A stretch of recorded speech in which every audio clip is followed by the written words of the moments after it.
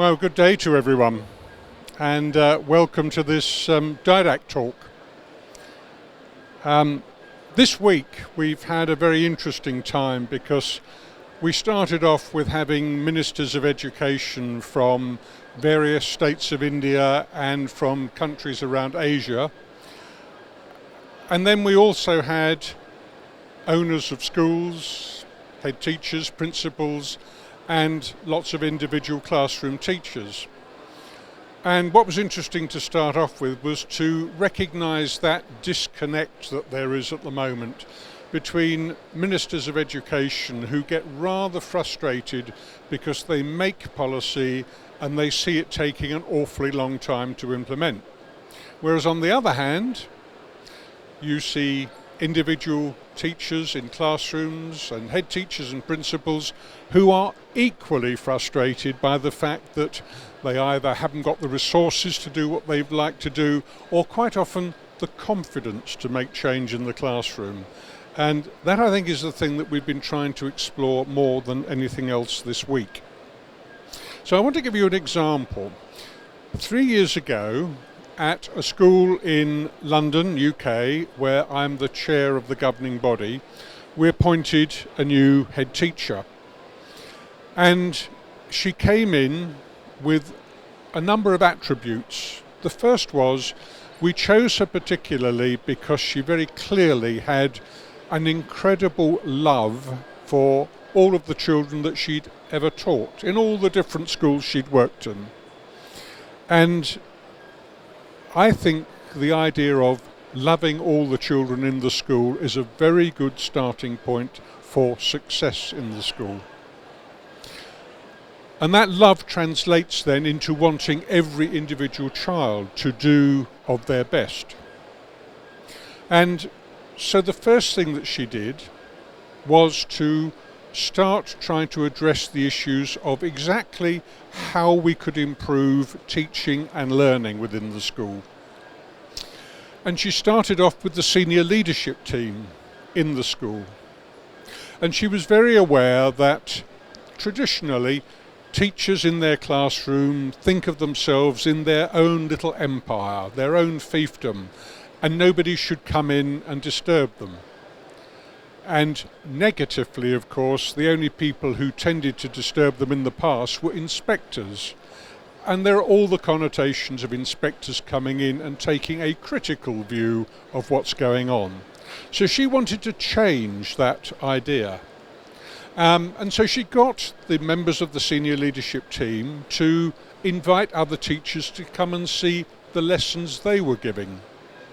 And it just started a process of every teacher being comfortable about going into another teacher's classroom, into their lessons, not to be critical, but as much as possible to learn, and also to comment if they thought something could be better, or praise if they thought something was really wonderful.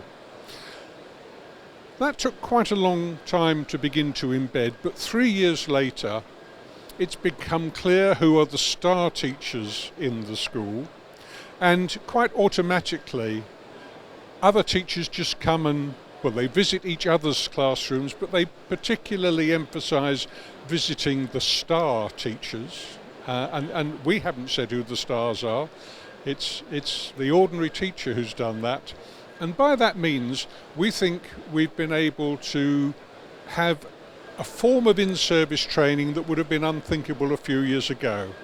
Just learning quietly from one's peers.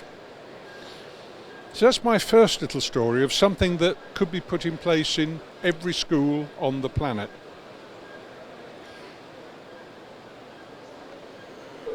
One of the things that we talked about with ministers of education early in the week was the importance of valuing teachers. Comments have been made in other forums about the idea that, we won't need teachers in the future. Well, we will.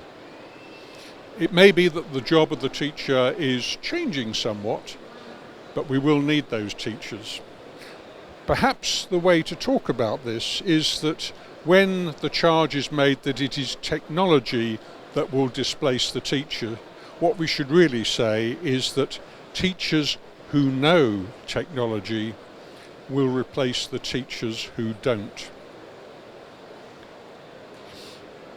Continuous professional development for teachers is obviously incredibly important. And I would draw on the experience of Thailand, which over the past couple of years has moved from a system where the in-service training was done as a whole school activity and therefore was not always relevant to the individual teacher who was engaging. And they've moved towards one where each teacher has an entitlement to a certain amount of in-service training each year, and they can choose from more than 1,000 online courses. So it does mean teachers can choose perhaps something relating to their specific subject or an activity where they feel they have a weakness, but it is proving to be quite a powerful system. So I haven't really talked too much about technology, everything around artificial intelligence, Industry 4.0. We are certainly going to need experts in our future world, but for education, I think we need to hear more about adaptability of students and entrepreneurship. W.B. Yeats, the great poet, said education is not filling a bucket, it's lighting a fire. And if that is true, a restricted or restrictive curriculum is a disaster in today's world. Successful schools should open minds. They should encourage personal inquiry. They should promote collaborative learning, collaborative working, and not only encourage teamwork, but a very important aspect of teamwork, and that is team management. When young people can empathise with all of the members of a team, so that is, they can work out who are perhaps the weaker members of the team apparently, but who may have particular hidden strengths that can be called upon, and equally to hold in check those who might otherwise unfairly dominate a team. That's an incredibly important skill in relation to tomorrow's world. People talk about the importance of the basics, literacy and numeracy, and yes, these are fundamentals. The immediacy and speed of WhatsApp and text messaging have created a massive opportunity for misunderstanding and torment, and for some children even worse. We hear the stories of young people with mental health issues deriving from social media, and education has an important part to play here. To me, literacy goes far beyond the technical ability to read and write. Literacy is equally about the power of speech and the written word, the joy of something expressed well, and understanding the dangers of being misunderstood. Education has a responsibility here.